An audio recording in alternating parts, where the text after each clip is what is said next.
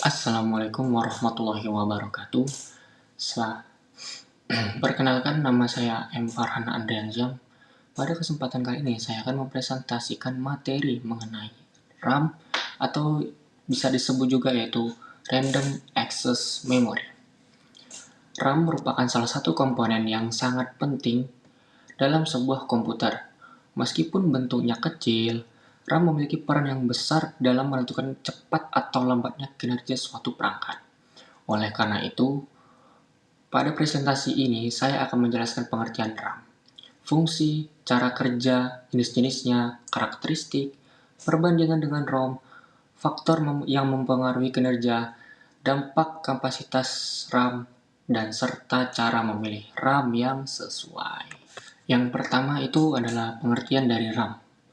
RAM atau Random Access Memory adalah memori utama yang digunakan untuk menyimpan data dan instruksi secara sementara agar dapat diakses dengan cepat oleh prosesor atau CPU. RAM bersifat volatil, yang artinya seluruh data yang ada di dalam RAM akan hilang ketika komputer dimatikan atau kehilangan daya listrik. Peran RAM di sini sangat penting karena menjadi tempat penyimpanan sementara bagi aplikasi dan sistem operasi yang sedang berjalan. Semakin baik kapasitas RAM, maka CPU dapat bekerja lebih cepat atau harus terus mengambil data dari penyimpanan seperti SSD atau HDD. Oke, kita masuk di fungsi utama RAM. RAM memiliki beberapa fungsi utama. Yang pertama, menyimpan data dan instruksi sementara dari program yang sedang digunakan. Kedua, membantu CPU untuk memperoleh akses data dengan lebih cepat sehingga proses komputasi menjadi lebih efisien. Yang ketiga, mempercepat proses membuka aplikasi maupun sistem operasi.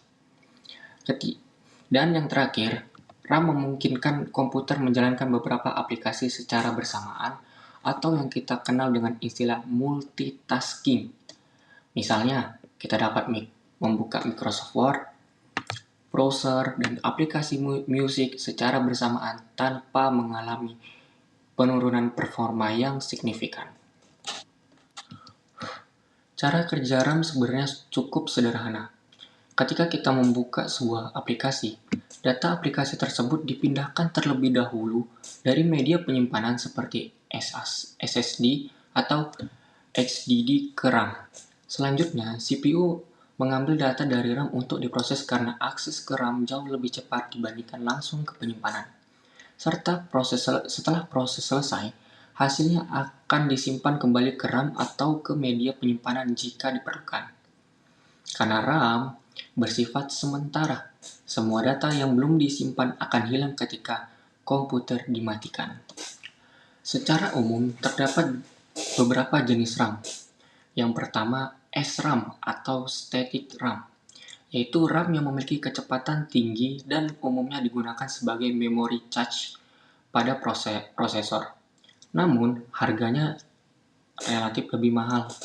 Yang kedua, yaitu DRAM atau Dynamic RAM, yaitu jenis RAM yang paling banyak digunakan sebagai memori utama komputer. RAM ini memerlukan penyegaran data secara berkala agar informasi yang disimpan tidak hilang. Kemudian ada SDRAM atau DDR. SDRAM bekerja mengikuti sinyal clock system, sedangkan DDR atau Double Data Rate merupakan pengembangan yang memiliki kecepatan transfer data lebih tinggi. Saat ini, sudah berkembang hingga DDR5 yang lebih cepat dan lebih hemat. Ada beberapa karakteristik penting yang perlu diperhatikan pada RAM.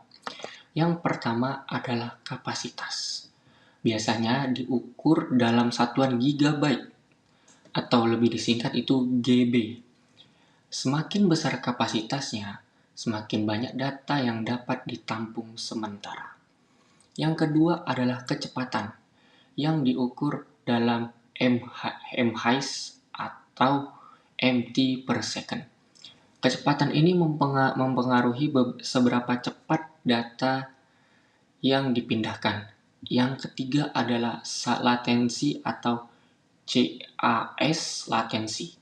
Semakin kecil nilai latensinya, maka respon RAM akan semakin cepat. Selain itu, kita juga harus memperhatikan tegangan kerja dan bentuk fisik atau form factor agar sesuai dengan motherboard yang digunakan. Nah, RAM, kita masuk ke dalam RAM versus ROM. Oke. RAM sering dibandingkan dengan ROM karena keduanya sama-sama memori komputer. Namun, perbedaannya cukup jelas. RAM bersifat sementara, dapat dibaca dan ditulis dengan cepat, serta digunakan saat komputer sedang beroperasi. Sedangkan ROM bersifat permanen atau non-volatil. Data di dalam ROM tidak akan hilang meskipun komputer dimatikan. ROM biasanya digunakan untuk menyimpan firmware atau instruksi dasar agar komputer dapat melakukan proses booting. Oke, kita masuk ke faktor yang mempengaruhi kinerja RAM. Kinerja RAM dipengaruhi oleh beberapa faktor yaitu kapasitas, kecepatan, konfigurasi channel, dan kompatibilitas dengan motherboard. Misalnya, penggunaan konfigurasi dual channel dapat meningkatkan bandwidth sehingga performa sistem menjadi lebih baik dibandingkan single channel. Sedangkan jika dilihat dari kapasitasnya, penggunaan RAM dapat disesuaikan dengan kebutuhan. Nah, kita masuk ke dampak kapasitas RAM pada penggunaannya. Pada RAM 4 GB, cocok untuk pekerjaan ringan seperti mengetik dan browsing. Dan RAM 8 GB sudah cukup ideal untuk aktivitas sehari-hari dan pembelajaran.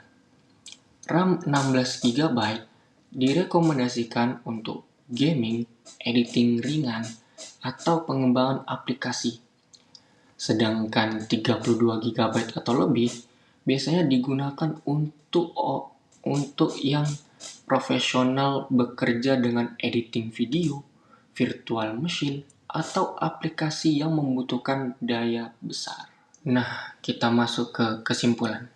Sebagai penutup, dapat disimpulkan bahwa RAM merupakan memori sementara yang memiliki peran sangat penting dalam meningkatkan kecepatan dan respon komputer.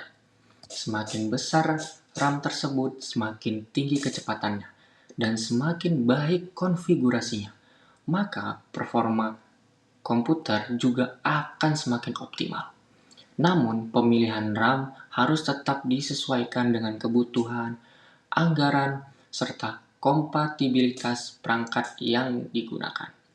Demikian dari presentasi yang dapat saya sampaikan. Apabila ada kekurangan, saya mohon maaf. Terima kasih atas perhatian teman-teman sekalian. Wassalamualaikum warahmatullahi wabarakatuh.